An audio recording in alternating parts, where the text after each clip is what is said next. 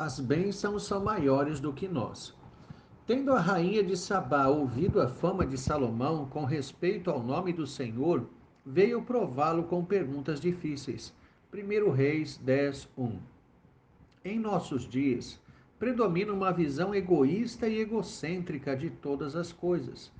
O modelo de pensamento odierno despreza a vontade e o direito do outro, quiçá existem, colocando o indivíduo no centro do universo.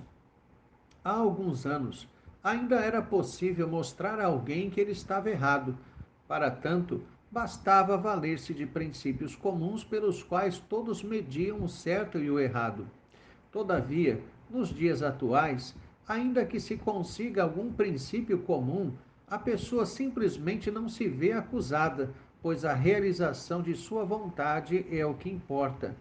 São tempos quando alguém entra na contramão, quase bate no seu carro e ainda te xinga. Falando-se do crente, é interessante notar como tendemos a ter uma leitura ensimesmada de tudo que fazemos. Até quando pensamos em pecados ou fidelidade, isso se faz presente. Quanto aos primeiros, acreditamos que é uma coisa de nossa jurisdição. Se eu pecar, é problema meu, achamos. Na verdade, não é assim tão simples. Nas Escrituras há vários casos de pecados cujas consequências não se limitaram apenas àquele que pecou. De igual forma, a fidelidade. Quando sou fiel, isso se reflete de forma benéfica naqueles que estão próximos de mim, especialmente no que diz respeito ao testemunho de Cristo, constituindo-se em verdadeira oportunidade para a pregação da palavra aos ímpios e edificação para aqueles que já pertencem ao Senhor. Isso tem tudo a ver com o modelo de missão do Antigo Testamento. É interessante notar que nunca houve preocupação real de evangelização de outros povos naquela época. Na verdade, não é que não houve, mas o modelo era radicalmente diferente daquele encontrado no Novo Testamento. Depois da morte e ressurreição de Jesus, nosso Senhor ordenou que a igreja, à medida que se espalhasse pela terra, pregasse o evangelho a toda criatura e fizesse discípulos. No Antigo Testamento, durante a vigência do reino político da dinastia davídica, foi diferente. Ao invés de dentro para fora, era de fora para dentro. Ou seja, ao invés de serem enviados missionários para evangelizar outros povos, estes é que deveriam ir a Jerusalém para conhecer a Deus lá. Nem mesmo Jonas pode se enquadrar como missionário exatamente, pois, embora tenha tendo ido a Nínive anunciar o necessário arrependimento dos seus habitantes, teve como propósito dar uma lição de humildade ao povo de Deus, a quem o seu livro é escrito. Assim, o propósito evangelístico do Senhor no Antigo Testamento era o seguinte: à medida que o povo de Deus vivesse a fidelidade, haveria abundância e prosperidade, e eles se fortaleceriam a ponto de serem invencíveis, e reinaria a paz sobre a terra. Essa condição seria tão notória que os outros povos seriam atraídos a Jerusalém para conhecer o porquê disso.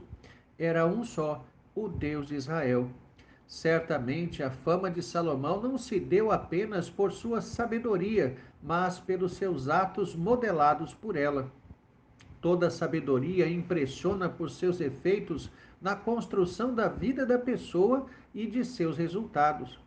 É certo que o filho sucessor de Davi não era conhecedor somente das verdades de Deus, era um pesquisador que se aplicou a conhecer tudo o que ocorre debaixo do céu. Eclesiastes 1:13. Mas sabemos que a verdadeira sabedoria tem o temor do Senhor, isto é, o conhecimento profundo de Deus, como centro. Isso fica claro também pela forma como as Escrituras se referem à fama de Salomão, com respeito ao nome do Senhor. A rainha sabia que aquele dom do rei de Israel vinha de Deus a quem ele servia. Tal responsabilidade ainda repousa sobre nós hoje.